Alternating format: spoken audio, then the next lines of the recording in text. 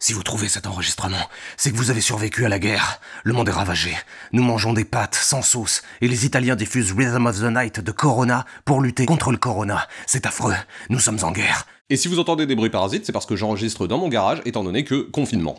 Bonjour ou bonsoir, en tout cas bienvenue dans cette hors-série consacrée à l'allocution du président Emmanuel Macron du 16 mars 2020, à l'occasion des mesures prises pour gérer le Covid-19 en France. Nous allons donc réécouter une bonne partie de cette allocution, et essayer de voir ce qu'il nous dit, et ce qu'il ne nous dit pas. Tout de suite, allocution.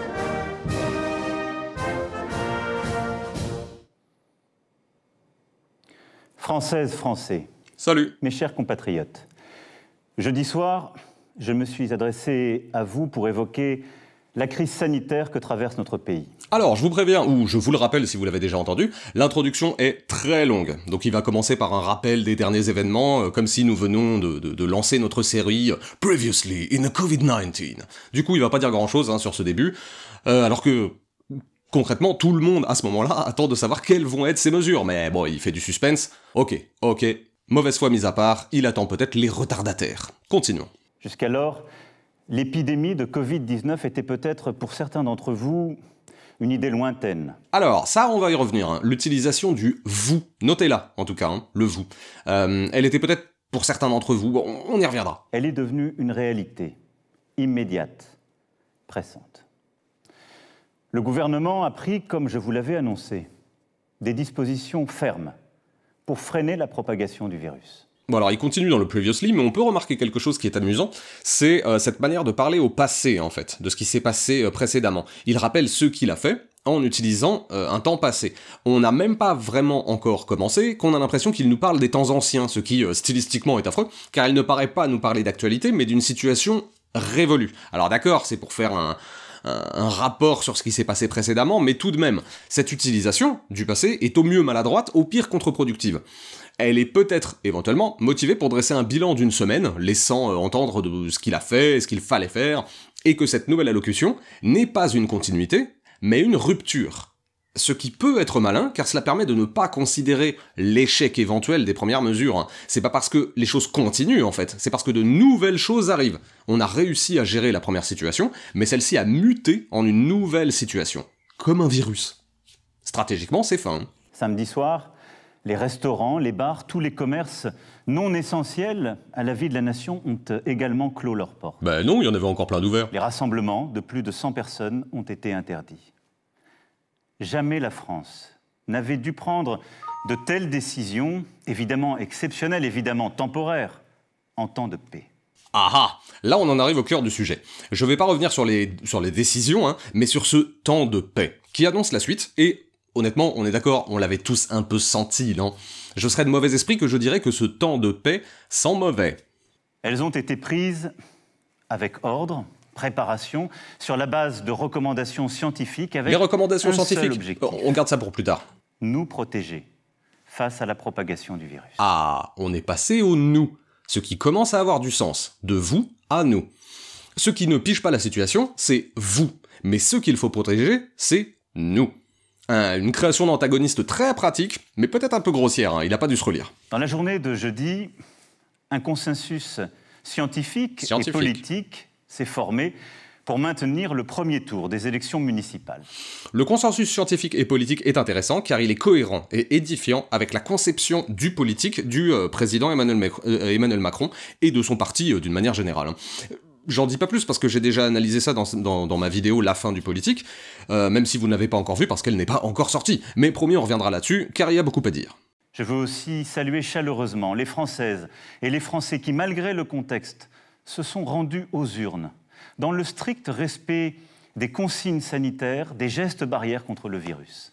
Alors là, c'est marrant parce que c'est le moment où ça commence à se casser la gueule. Il nous a fourni un bel argument d'autorité avec son « j'ai consulté des scientifiques qui m'ont donné une conclusion technique à un problème technique » et on a donc décidé que les élections ont pu se tenir. Mais en fait, on va voir, mais quelque chose me dit que cette technicité a du plomb dans l'aile. Mais dans le même temps, alors même que les personnels soignants des services de réanimation alertaient sur la gravité de la situation, nous avons aussi vu du monde se rassembler dans les parcs. Du monde? Tu veux dire Comme ton épouse? Pardon, c'est petit. Des marchés bondés, des restaurants, des bars qui n'ont pas respecté la consigne de fermeture. Comme si, au fond, la vie n'avait pas changé. Alors là, c'est malhonnête, et je suis pas le premier à le dire, hein. Votre communication a été désastreuse, monsieur le président. Vous vous êtes tous contredits durant une semaine, et maintenant, vous reprochez de n'avoir pas mesuré l'étendue du phénomène. Mais c'est quel niveau de foutage de gueule à ce niveau-là? Des gens ont compris, des gens n'ont pas compris. Mais parmi ceux qui n'ont pas compris, combien vous ont écouté, et n'ont de fait pas compris car vous ne les avez pas aidés à comprendre? À tous ceux qui, adoptant ces comportements, ont bravé les consignes, je veux dire ce soir très clairement, non seulement vous ne vous protégez pas, vous, et l'évolution récente a montré que personne n'est invulnérable, y compris les plus jeunes, mais vous ne protégez pas les autres. Culpabilisation Même si vous ne présentez paternaliste. aucun symptôme, vous pouvez transmettre le virus. Même si vous ne présentez aucun symptôme, vous risquez de contaminer vos amis, vos parents, vos grands-parents, de mettre en danger la santé de ceux qui vous sont chers. Oui, bah à ce moment-là, il fallait partir là-dessus dès le début. C'est joli hein, de venir nous le dire maintenant, mais si c'était si clair, il y aurait eu moins d'irresponsables bravant cet interdit tellement limpide que tant de gens n'ont pas compris d'ailleurs. Il était où le comité scientifique et technique? Dans le Grand Est, dans les Hauts-de-France, en Île-de-France, nos soignants se battent pour sauver des vies, avec dévouement, avec force. Au moment où la situation sanitaire se dégrade fortement, où la pression sur nos hôpitaux et nos soignants s'accentue, tout notre engagement, toute notre énergie, toute notre force doivent se concentrer sur un seul objectif. Fournir de l'argent aux soignants? Ralentir la progression du virus. En fournissant de l'argent aux soignants? Je vous le redis avec force ce soir. Respectons les gestes barrières, les consignes sanitaires. C'est le seul moyen de protéger les personnes vulnérables, d'avoir moins de concitoyens infectés et ainsi de réduire la pression sur les services de réanimation pour qu'ils puissent mieux accueillir, mieux soigner. Alors là, ça va devenir rigolo. L'objectif n'est pas d'avoir les moyens de soigner, l'objectif est de rejeter la responsabilité sur les agissements particuliers. Lorsque le système débloque, ce n'est pas la faute du système, c'est la faute des gens qui contreviennent au système. Et il est une quasi-permanence de ce système que de déplacer la faute d'organisation sur des fautes individuelles. Le schéma est en fait très clair, hein, plus limpide que leur communication en tout cas. L'hôpital n'a pas besoin de plus de moyens si les gens ne tombent pas malades. Logique. Donc, il ne faut pas donner aux soignants les moyens de soigner, il faut éviter qu'ils aient à soigner, afin de ne pas leur donner les moyens de soigner. C'est retors, hein, mais une fois qu'on a compris ça, tout est beaucoup plus clair. Sans signe grave, contactons notre médecin traitant, n'appelons le SAMU et ne nous rendons à l'hôpital qu'en cas de forte fièvre, de difficulté à respirer, sans quoi ils ne pourront faire face à la vague de cas graves. Mais ils ne peuvent pas y faire face car ils ne sont pas assez et qu'ils ne sont pas équipés. Évidemment que si tout le monde se lèche la pomme dans la rue, ça facilite pas les choses. Hein. Mais là, c'est trop facile de décharger toute la responsabilité sur des actes personnels afin de masquer le problème de la prise en charge. Faisons preuve, au fond, d'esprit solidaire et de sens des responsabilités. Ouais, enfin, si tu te l'appliquais aussi, ce serait cool. Hein. J'attire votre attention sur ce « nous » qui a de nouveau pour but de créer du lien. Car il y a une récurrence hein, dans cette allocution, dans le début tout du moins. C'est le « nous » qui doit être soigné, et le « vous » ou le « eux » qui est utilisé pour parler des irresponsables qui viennent fourrer leur langue dans vos bouches. Pardon, dans nos bouches, parce qu'ils n'ont pas compris que nous sommes la nation française. Chacun d'entre nous doit à tout prix limiter le nombre de personnes avec qui il est en contact chaque jour. Les scientifiques le disent, c'est la priorité. Non, mais les scientifiques le disent, absolue. mais quels scientifiques? C'est qui ces scientifiques? C'est pourquoi, après avoir consulté, écouté les experts, le terrain... Michel Simès? Et en conscience. Il est pas mal en conscience car il ne se défausse pas entièrement. Il fait certes appel 3 fois en 1 minute aux experts, mais il veut tout de même signifier que c'est lui qui prend la décision, pour le meilleur ou pour le pire. Le terme d'expert est très important d'ailleurs, car il apporte une fois de plus une charge de neutralité technique afin de susciter l'idée d'une décision pragmatique. Ce n'est pas une décision politique, c'est une résolution technique, idéologiquement neutre, ce qui est impossible venant d'un président de la République, mais bon, on n'en est plus là. J'ai décidé de dissoudre l'Assemblée, de renforcer encore les mesures pour réduire nos déplacements et nos contacts au strict nécessaire. C'est pas vrai. Dès demain, midi. Et pour 15 jours au moins, nos déplacements seront très fortement réduits. Bof. Cela signifie que les regroupements extérieurs, les réunions familiales ou amicales ne seront plus permises. Se promener, retrouver ses amis dans le parc, dans la rue, ne sera plus possible. Il s'agit de limiter au maximum ces contacts au-delà du foyer. Ouais, enfin, pas au-delà du travail. Hein. Partout sur le territoire français, en métropole comme outre-mer, seuls doivent demeurer les trajets nécessaires. Allez, on va rire. La nécessité selon Emmanuel Macron. Nécessaires pour aller faire ses courses, avec de la discipline, et en mettant les distances d'au moins 1 mètre, en ne serrant pas la main, en n'embrassant pas. Les trajets nécessaires pour se soigner, évidemment. Les courses, le soin, c'est amusant comme priorisation. On se demande quand va arriver le trajet nécessaire entre tous. Les trajets nécessaires pour aller travailler Bim. quand le travail à distance n'est pas possible. Et les trajets nécessaires pour faire un peu d'activité physique, mais sans retrouver, là encore, des amis ou des proches. Alors là, c'est amusant, hein. Vous avez remarqué comme il l'a glissé. Je ne sais pas quelle était la stratégie derrière, hein, mais je vais tenter une hypothèse. Ce trajet nécessaire pour aller travailler semble engoncé, presque avalé dans les soins et l'activité physique. Il le balance très vite, sans qu'on s'en rende vraiment compte. Enfin si, on s'en rend tous compte, parce que c'est une des décisions qu'on attendait d'entendre, hein. Mais il se dépêche de l'évacuer, comme s'il jouait à la bombe, vous savez, où il fallait se débarrasser du ballon le plus vite possible avant qu'il explose. Et du coup, on a à peine eu le temps de comprendre qu'il enchaîne sur cette activité physique qui concerne déjà nettement moins de personnes. Ou en tout cas qui n'est pas porteur de la même charge. Toutes les entreprises doivent s'organiser pour faciliter le travail à distance. Et quand cela ne sera pas possible, elles devront adapter dès demain leur organisation pour faire respecter ces gestes barrières contre le virus, c'est-à-dire protéger leurs salariés ou, quand il s'agit d'indépendants, se protéger eux-mêmes. Bon, ça on s'y attendait, mais on sait tous ce que cela veut dire. Il y a tout un secteur du tertiaire qui peut éventuellement profiter du travail à distance. Mais parlez-en aux maçons ou aux livreurs, ils ont intérêt à avoir de sacrés drones pour pouvoir travailler de chez eux. Le gouvernement précisera les modalités de ces nouvelles règles dès ce soir, dès après mon allocution. Bah c'était bien la peine. Toute infraction à ces règles sera sanctionnée. Aïe. Je vous le dis avec beaucoup de solennité ce soir. Écoutons les soignants. Qui Cet nous disent, écoutons les soignants si lui vous fait voulez encore nous gravir aider, une marche dans le foutage de il faut gueule. rester chez vous et limiter les contacts. Non, enfin moi ce que j'entends surtout c'est il nous faut de la le thune. plus important. Évidemment, ce soir je pose des règles nouvelles. Nous posons des interdits, il y aura des contrôles. Mais la meilleure règle, c'est celle qu'en tant que citoyen, vous vous appliquez à vous-même. Et une fois encore, j'en appelle à votre sens des responsabilités. Le retour de la responsabilité. Bon, notons tout de même. Ce qu'il dit n'est pas faux. Hein ? Évidemment que nous ne pourrons pas faire comme n'importe quoi et se plaindre après que tout le monde est contaminé.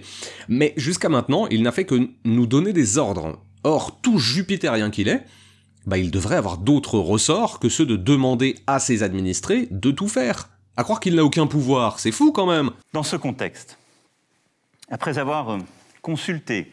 Je vous annonce que j'ai le coronavirus. Pardon. Le président du Sénat, le président de l'Assemblée nationale, mais également mes prédécesseurs. Waouh! Quelqu'un qui pense qu'aller demander leur avis à Hollande et à Sarkozy est une information qu'il fallait nous partager. Bon, alors... stratégiquement, ça permet de dire qu'on a écouté tous les bords, en fait. La droite traditionnelle, la gauche nouvelle, ce qui est une méthode assez classique de l'extrême-centre pour se donner une crédibilité et une neutralité. Tout comme il consulte des experts pour rendre des avis techniques. Du coup, il consulte tous les partis afin de rendre une décision qui devrait ne pas être idéologiquement biaisée. C'est faux, mais ça mange pas de pain de le dire. J'ai décidé de dissoudre l'Assemblée. Que le second tour des élections municipales serait reporté. Les experts scientifiques alors? Ils ont changé d'avis? Le Premier ministre en a informé aujourd'hui même les chefs de parti représentés au Parlement. Cette décision a fait l'objet d'un accord unanime. Mes chers compatriotes, oui. Je mesure l'impact de toutes ces décisions sur vos vies. Renoncer à voir ses proches, c'est un déchirement. Stopper ses activités quotidiennes, ses habitudes, c'est très difficile. Cela ne doit pas nous empêcher de garder le lien. Ouais, d'accord. D'appeler nos proches, de donner des nouvelles, d'organiser aussi les choses avec nos voisins, d'inventer de nouvelles solidarités Hein? entre générations, Quoi? de rester, comme je vous l'ai dit jeudi dernier, profondément solidaires et d'innover là aussi sur ce point. Mais de quoi il parle? Bon, il a casé nouveau et innovation. Je pense qu'il avait un bingo à remplir. Manque plus que disruptif et on est bon. Je sais que je vous demande de rester chez vous. Ouais, sauf si vous allez travailler. Je vous demande aussi de garder le calme dans ce contexte. J'ai vu ces dernières heures des phénomènes de panique en tous sens. Ah, Nous devons tous avoir l'esprit de responsabilité. responsabilité. Il ne faut pas que les fausses informations circulent news. à tout va. Bon, alors là, c'est un tunnel très étrange, hein, parce que je sais pas si vous avez remarqué, mais il répète 2 fois la même chose, et je comprends pas vraiment pourquoi, ou où il veut en venir. Personne ne l'a attendu pour demander à nos proches si ça allait. Je sais pas quel était le but de ce passage, hein, à l'exception de montrer qu'il aime les gens et Et qu'il en aime restant la chez vie. vous, occupez-vous des proches qui sont dans votre appartement, votre maison. Donnez des nouvelles, prenez des nouvelles. Lisez, retrouvez aussi ce sens de l'essentiel. Le sens de l'essentiel. Je pense que c'est important dans les moments que nous vivons. La culture, l'éducation, le sens des choses est important. Et éviter Le sens de choses est important, mais de quoi tu parles? l'esprit de panique, de croire dans toutes les fausses rumeurs, les demi-experts ou les faux sachants. Fake News, 2e édition. Je suis persuadé désormais, hein, il a vraiment écrit 2 fois le même paragraphe, certainement pour choisir le meilleur, et au final il a oublié d'en enlever un, donc il répète 2 fois la même chose. Bon, à choisir, j'aurais gardé le 2e, hein, le combo le sens de l'essentiel et le sens des choses est important, c'est bouleversant. Je propose d'ailleurs, le sens de l'essentiel des choses est important. La parole est claire, l'information est transparente, et nous continuerons de la donner. Mais croyez-moi, cet effort que je vous demande, je sais qu'il est inédit, mais les circonstances nous y obligent. Nous sommes en guerre. Ha! Je sais que vous l'attendiez tous. Nous sommes en guerre. Non, nous sommes en guerre, sans liaison. Et ce n'est que la première. En guerre sanitaire, certes. Nous ne luttons ni contre une armée, ni contre une autre nation. Mais l'ennemi est là, invisible, insaisissable, qui progresse. Et cela requiert notre mobilisation générale. Guerre sanitaire, lutte, ennemi, mobilisation générale.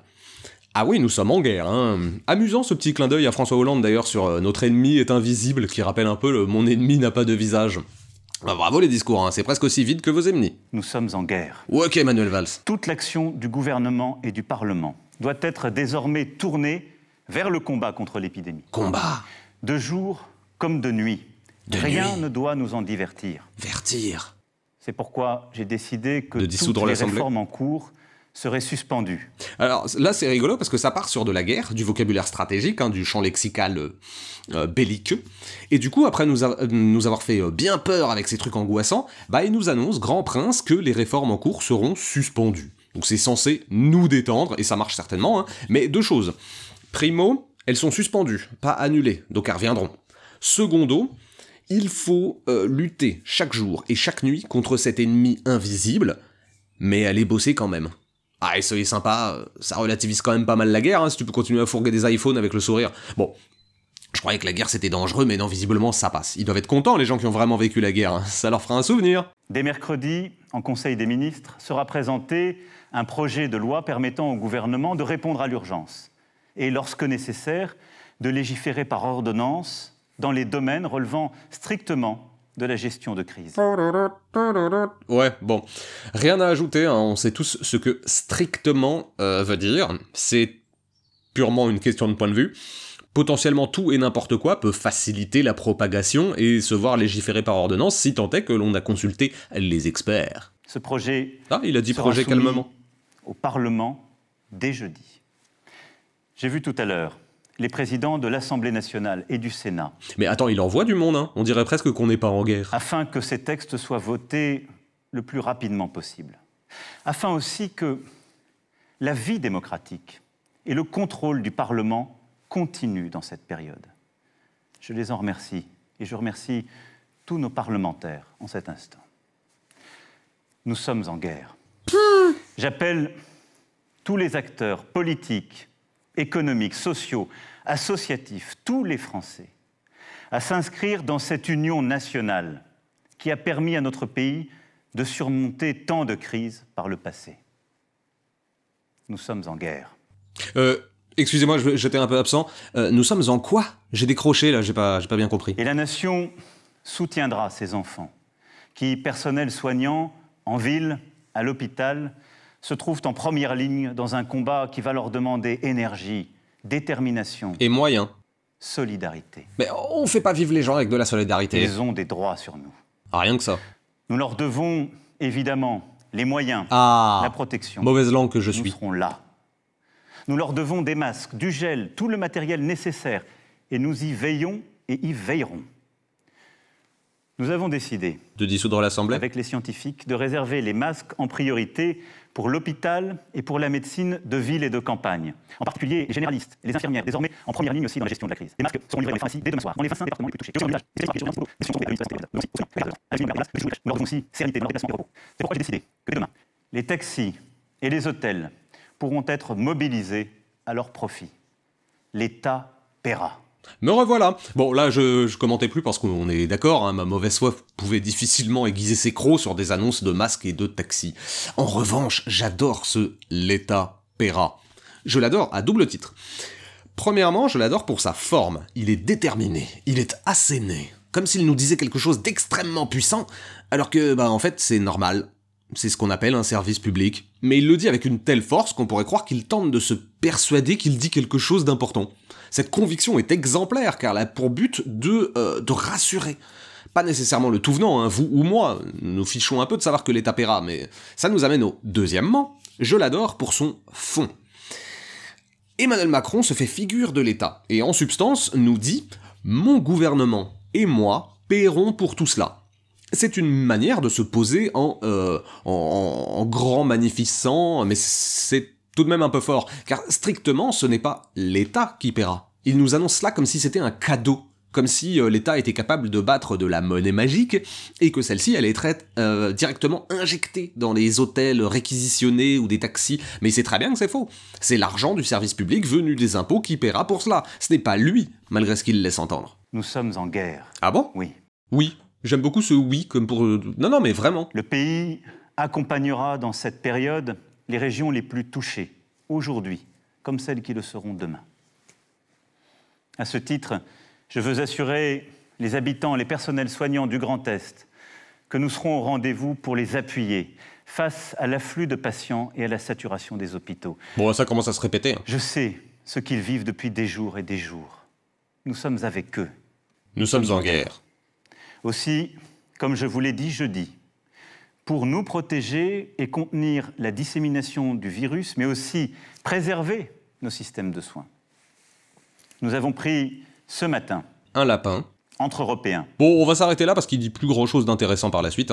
Hein. Ou plutôt aussi, il dit plein de choses, mais c'est tellement noyé dans du verbiage emphatique et de la faconde hyperbolique que je sens que ça commence à m'influencer. Je fonds! Bon, en conclusion, on peut dire que c'est de notre faute et que pour nous le faire comprendre, le président Emmanuel Macron va prendre tant de détours pour prononcer une absence de discours qu'on dirait qu'il a inventé une nouvelle recette de Queen Yaman pour 8 où on aurait remplacé le beurre par du vide et le sucre par du rien. Je ne vais pas pousser la mauvaise foi jusqu'à ne pas aborder ce qu'il dit dans la dernière partie, mais ça commence à être long. Hein. En gros, il est plus concret à la fin, où il annonce la manière dont on va aider les entreprises à ne pas se casser la gueule. Alors je rebondis sur ce que j'ai déjà dit un peu au début, si le système est assez fragile pour que tout se casse la gueule alors même qu'il ne s'agit pas d'une pandémie décimant un quart de la population vivante, il faut peut-être se poser des questions. Alors, Ceteris paribus, c'est une crise sanitaire, mais pas la plus grave ou la plus exceptionnelle comme il nous le dit. Du coup, s'il est indispensable d'injecter un pognon de dingue afin de garder à flot des entreprises qui s'écroulent en seulement une semaine, il y a peut-être un problème à la base du système. Je dis ça, je dis rien, hein. Dit-il en le disant quand même. Et du coup, il termine avec un paragraphe sur, dans le désordre, la vie économique, les entreprises, les travailleurs et leur pouvoir d'achat. Je vais pas vous refaire un couplet sur la société de la croissance, hein, mais concrètement, c'est ce sur quoi il appuie. Lorsque toute votre société est tout entière tournée sur une seule valeur, l'économie, et que celle-ci est fonction de l'organisation de la production, de la consommation, et par extension la mesure du PIB, bah c'est la chose essentielle qu'il y a à sauver. On peut donc parler de la santé en termes de solidarité, de remerciement, et éventuellement de livraison de masques. Le plus important reste de ne pas voir son pays s'écrouler économiquement. Et pour ce qui est du jargon, il y a une emphase particulière sur l'évolution et sur l'adaptation. Bon là encore c'est cohérent, hein, car cela participe d'une société de la flexibilité, non du choix d'orienter sa politique, mais de se soumettre aux contraintes du monde existant, et donc non de changer la société, mais de se changer soi afin de s'y mouler. Ce n'est pas le système qui a un problème, c'est toi qui n'es pas fondu dans le système qui a un problème. Ce n'est pas la consommation qui s'effondre, ce sont les entreprises qui ont besoin d'un petit coup de pouce à base d'argent magique. Un argument maintes fois entendu, car, je vous le rappelle, tout ceci n'est pas idéologique. Les experts ne disent pas ce qu'ils préfèrent, ils disent ce qu'il faut faire, dans un monde qu'il faut prendre tel quel, car on ne pourra rien y changer. Et c'est parce que l'on ne peut pas le changer qu'il faut prendre ses responsabilités. Pas les siennes, hein, les vôtres, les nôtres. C'est sur nous que tout repose, vu qu'apparemment, lui, il peut rien y faire. Ou alors peut-être qu'il y peut quelque chose, et il s'expliquera certainement mieux que moi dans sa conclusion, mais je vous laisse me l'expliquer, parce que personnellement, je n'ai rien bité. Nous gagnerons. Mais cette période nous aura beaucoup appris. Beaucoup de certitudes, de convictions sont balayées, seront remises en cause. Beaucoup de choses que nous pensions impossibles adviennent. Ne nous laissons pas impressionner. Agissons avec force. Mais retenons cela. Le jour d'après, quand nous aurons gagné, ce ne sera pas un retour au jour d'avant. Il dit qu'il comprend pas. Hein. Et terminons avec une ultime boulette quand il achève sur « Je sais, mes chers compatriotes, pouvoir compter sur vous. » Alors que depuis la vidéo avec ce neurologue de la Pétier-Salpêtrière, on a tous envie de lui répondre « Oui, tu peux compter sur nous. L'inverse reste à prouver. » Mais assez de mauvaise foi, je vous souhaite un bon confinement pour ceux qui sont chez eux, beaucoup de courage à ceux qui doivent sortir malgré tout, force et joie à tous, et n'oubliez pas que nous sommes la nation française, et toutes les conséquences du jour d'après, du sens de l'essentiel et du sens des choses qui est important. Pour vous, par nous. Vive la République et vive la France.